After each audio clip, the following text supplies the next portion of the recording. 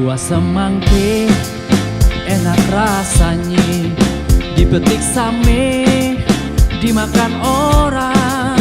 Kalau laki teh banyak dosanya, mohon dibuka pintu maafnya.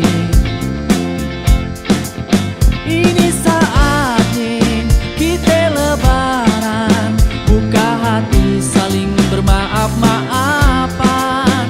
Ini saatnya kita salaman, biar dosa kita diampuni Tuhan.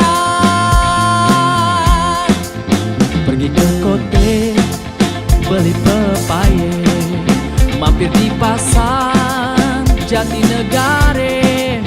Kalau laki teh banyak salahnya, mohon dibuka pintu maafnya. Ini saatnya kita lebaran, buka hati saling bermaaf-maafan. Ini saatnya kita salaman, biar dosa kita diampuni Tuhan. Abang None, cancingnya babe. Enda, juga buat saudara-saudara semua nih. Mohon maaf ya kalau ayah banyak salah. Kali aja ayah sering bikin kesel gitu. Maklum aja, namanya juga ayah manusia, kagak luput dari salah dan dosa.